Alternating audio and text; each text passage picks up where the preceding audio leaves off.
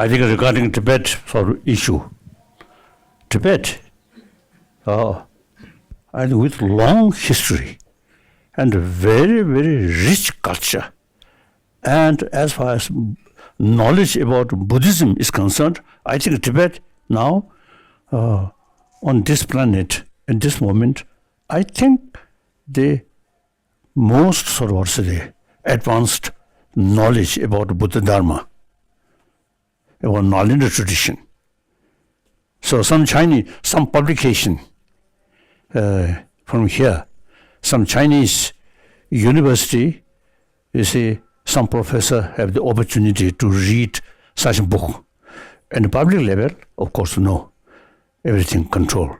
So some of the Chinese professor and the Landru University, after they saw, you see, these books, then they express, Tibetan Buddhism is true Nalanda tradition.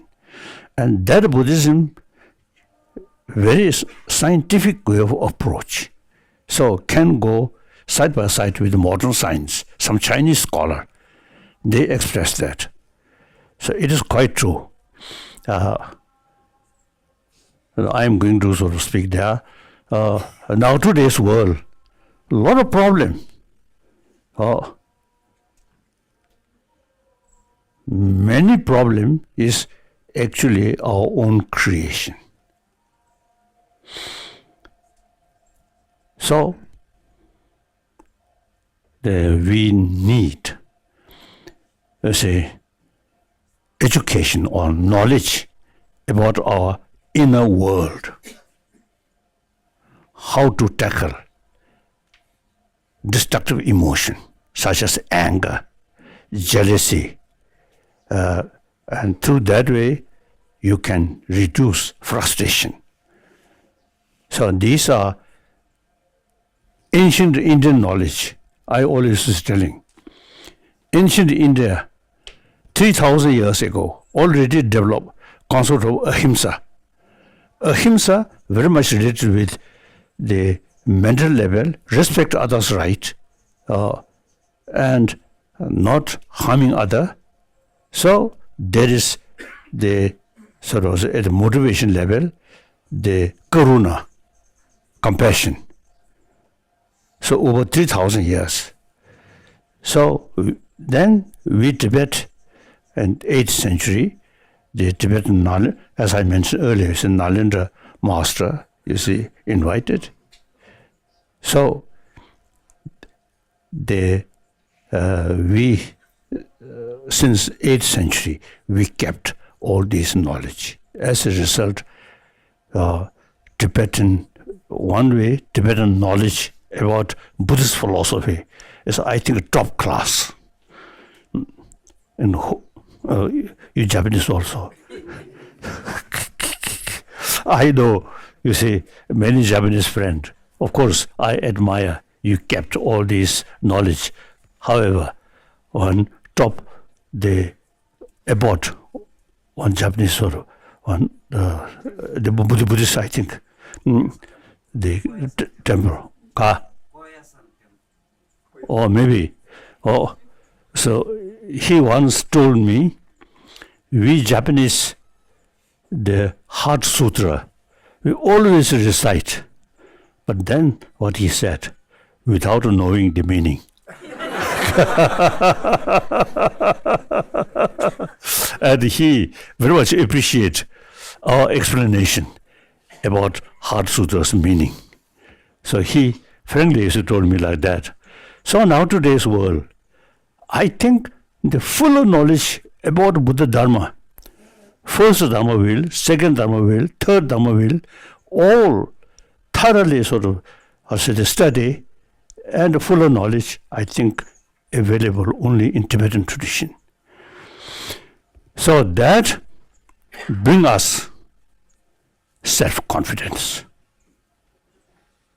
So now, unfortunately, the Chinese communists, you see, they really want to keep Tibet permanently.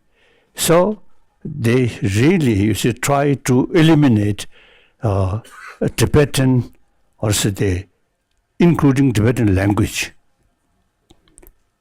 But now, several decades, more suppression, more determination.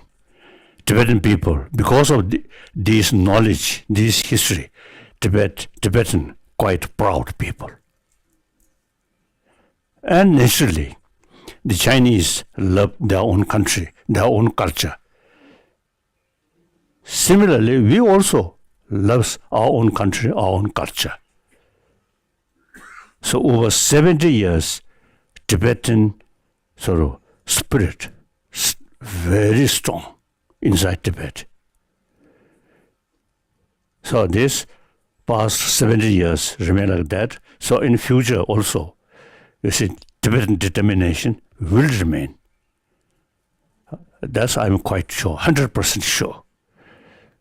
Because our culture is something now many Westerners and including many scientists now very much appreciate. So therefore, you see, this knowledge not only concern for Tibetan people, but this knowledge, I think, entire 7 billion human being can get some sort of benefit, not as a religion, but I usually telling academic subject, how to tackle our destructive emotion, how to keep peace of mind. So therefore, some of my friend who reside in Peking, sometime back I met, he told me, since you see the one former field marshal, Yi Xianyi's son, he knows Yi Xianyi's son. Then many occasions they come together and enjoy food or like that. So because that person's father very famous, and I know Yi Xianyi. So many leaders, sort of family, come together. So there, now some of them expressed their past 70 years, past now few decades, sort of years, their policy regarding Tibet is unrealistic, wrong. So now they have to find more realistic approach about Tibetan problem.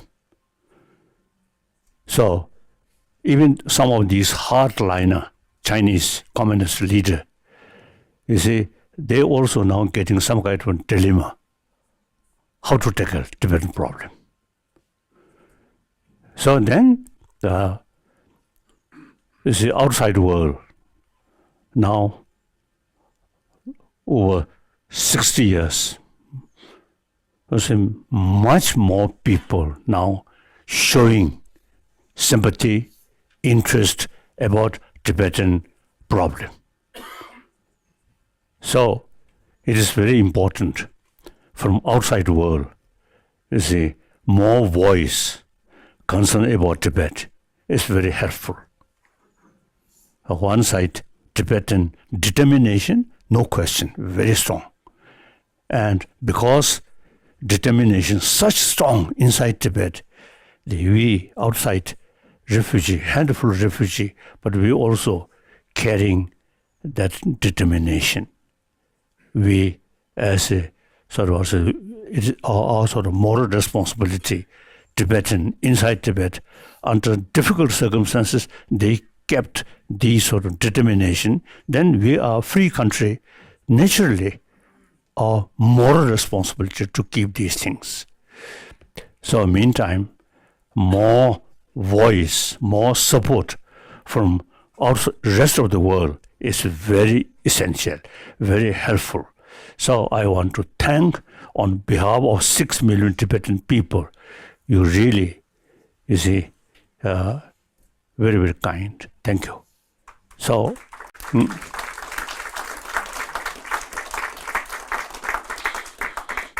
So from time to time, this kind of meeting, you see, express support. You see, Tibetan struggle is very essential, very, very useful. And then regarding Tibetan issue, the political side since 2001 and particularly 2010, 11, I totally retired. So he carried as a elected political leadership. So political field, he my boss.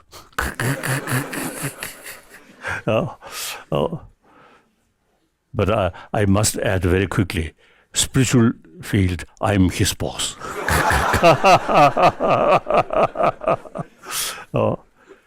So I think as far as practice of democracy is concerned, I think we handful Tibetan sincerely practice that.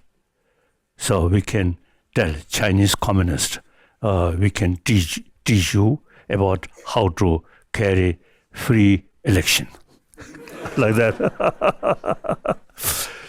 So then my responsibility is, firstly, Tibetan culture. That I feel, this knowledge which we kept now last several decades, I have meeting with many religious leaders, many professors, scholars in different fields, and particularly scientists. So who have some interest about the human mind. And then as far as psychology is concerned, I usually publicly express the Western psychology, compare ancient Indian psychology. The Western psychology looks like a kindergarten level. Very beginning.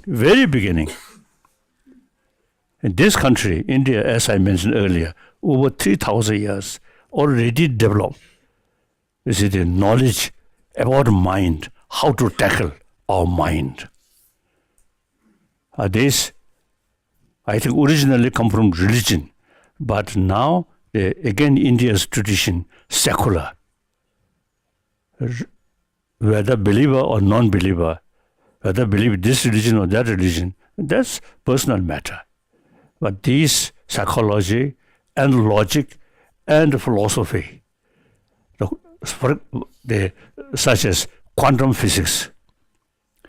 One, my old, now no longer, Raja Ramana, one Indian great scholar. Once he told me, quantum physics in the West, something new. In this country, 2,500 years ago, already developed quantum physics. It is true. When I met, Tibetan knowledge, not Buddhism, not only just Buddhism, but as a subject of academic subject, about mind, about emotion, how to tackle emotion. These, I think, world need is in this knowledge. So therefore, preserve, which we learned and kept 1,000 years, 2,000, I think, look at the chimney. 1,200. Over 1,000 years we kept. Now this knowledge, I really feel, as an academic subject, I think world get some benefit. So in order to do that, these days, my latest commitment is revival of this ancient Indian knowledge within India. Modern India, pay much attention about modern education. That's materialistic education. Only external thing. Now, ancient Indian knowledge about mind, about emotion, how to tackle emotion. These things now this country must revive through education, not prayer, not sort of worship like that. So that's my latest commitment. You know, my number one commitment, I am a human being, one of the 7 billion human beings. The human being, according to scientists, some scientists, basic human nature is more compassionate. It is true. We are a social animal. So in individual's survival or happiness depend on the community. That's because we are social animal. And the way we born and the way we grown up is a mother's affection. Without that, we can't survive. So that's, according to scientists, basic human nature is compassionate. Now, education should include, these days I am expressing the hygiene of physical from kindergarten level. You see, we teach. Now, similarly, we should have hygiene of emotion must come together. Hygiene of physical, hygiene of emotion. So, then healthy physical, similarly, healthy mind. So that, I think from Tibetan cultural heritage, you see, we can make some contribution. So my number one commitment is try to promote human warm-heartedness, the basic human nature, compassionate. Therefore, it is very possible to promote warm-heartedness through education. This is my number one commitment. Number two commitment, I am Buddhist, and religious harmony. Example, India, truly religious harmony there. Now next week, I am going to Amritsar and to participate in celebration about Guru Nanak. I think Guru Nanak, Hindu background, but take pilgrimage to Mecca. Look this 1,000 years, I think. Guru Nanak. More than 500 years. So, that is the India's tradition. Religious, mutual respect. So, I am Buddhist. I follow India's tradition, religious harmony. So, wherever, when I visit different places, whenever is there some possibility, I always pay respect, a church, mandir, and then Hindu temple, and then mosque, and synagogue. So, I feel religious harmony is very important. All major religious traditions, you see, carry same message of love. Because I usually is telling, I also feel these religions are human creation. Of course, if you believe God, then of course God created. But non-theistic religion, then all these religion, human creation. So naturally, for human being, loving kindness is the best sort of the best thing for us from childhood. So therefore, in spite of that, now today, in the name of religion, killing each other, unthinkable. Just next, India, the Middle East area, even within same Muslim, Sunni, Shia, killing each other. In Afghanistan also. Unthinkable. All these religions teach us compassion. And then theistic religion. We all created by one God. It's as our Father. So according to that theory, that belief, entire 7 billion human beings are brothers, sisters from one Father. That's God. God's nature is infinite love. So if you think seriously that, how can kill each other? We all children of God, same Father, and that God nature is infinite love. So we must sort of love each other. We all children of same God, same Father. So very powerful. And then non-theistic, no God creator, but still, you see the very simple sort of logic. If you help other, you get benefit. If you harm other, you get negative consequences. There's karmic theory, karma theory, the Indian tradition. Jainism, no creator. Buddhism, no creator, but rather self-creation. So all these different major religious traditions, different philosophy, but all carry message of love. With that, forgiveness, tolerance, contentment, self-discipline. All religions. So, in spite of that, now in the reality, killing in the name of religion, unthinkable. So we need effort to promote religious harmony. Is it possible? It is possible. India, over a billion population, and India basically complicated nation. But as far as religious harmony is concerned, I think excellent. Excellent.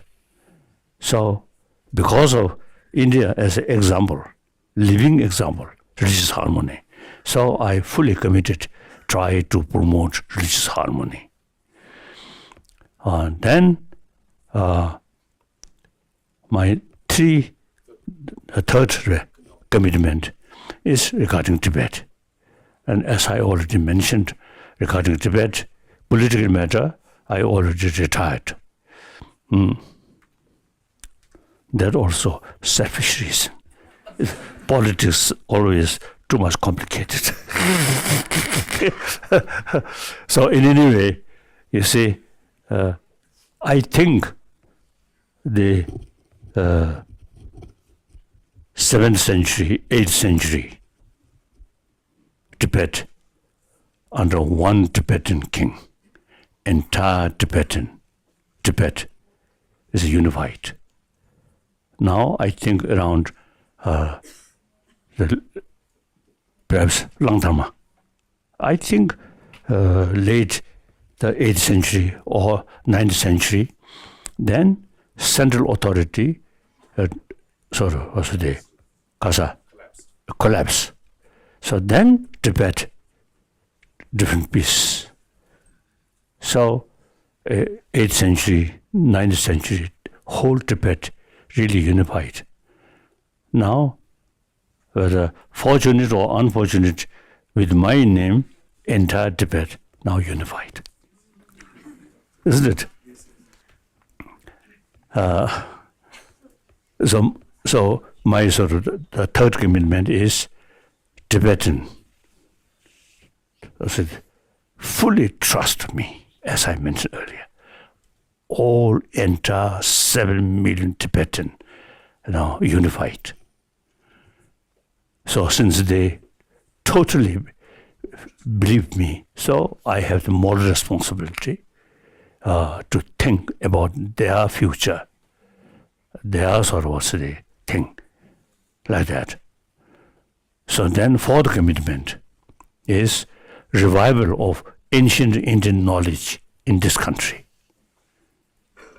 We are students of Nalanda tradition. As a result, meeting with many people, including many scientists, then I realized the knowledge which we kept originally come from Nalanda. You see, this something very relevant to today's world. Non-violence and compassion is very relevant to today's world. And this compassion, not just through prayer, but through reasoning.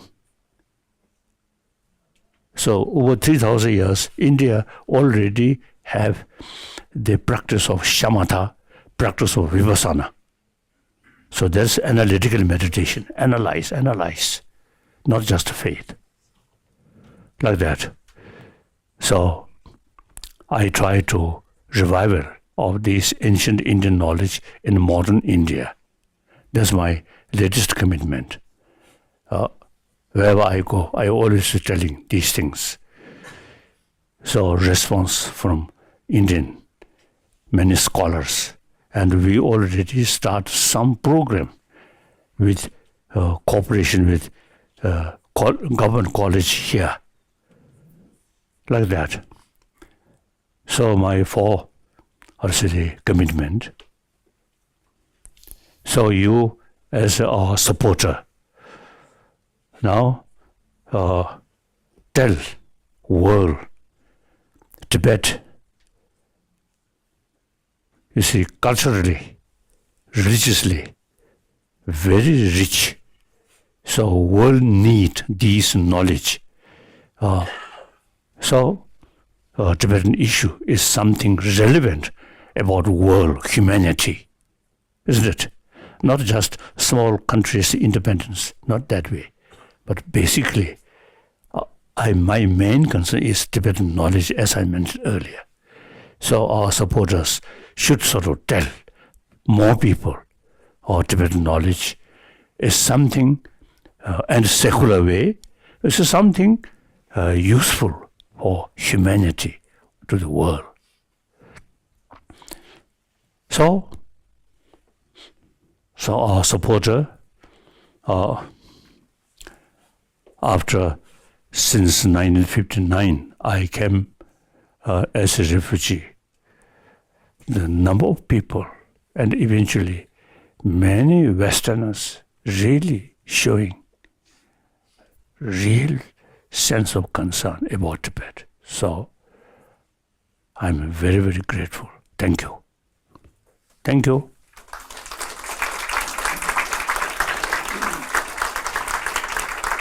So as I mentioned earlier, among the top Chinese, now they are thinking more realistic approach regarding Tibet.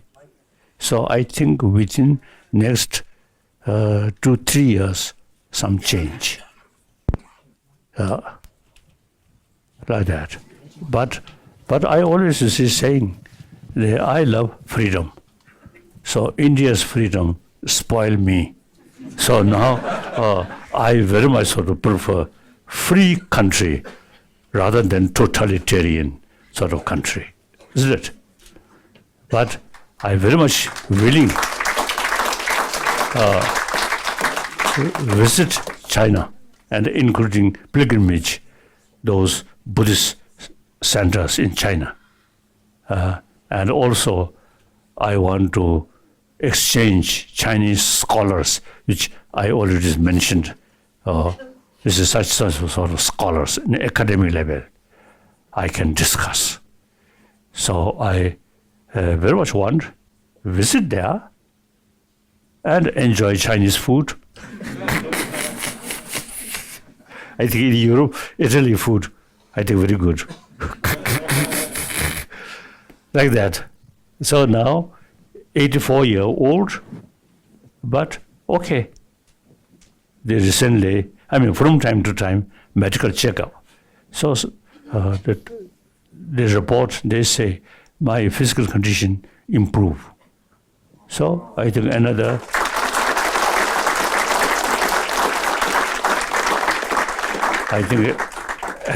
10, 15, 20 years, I will available. So we can meet again. Okay, thank you.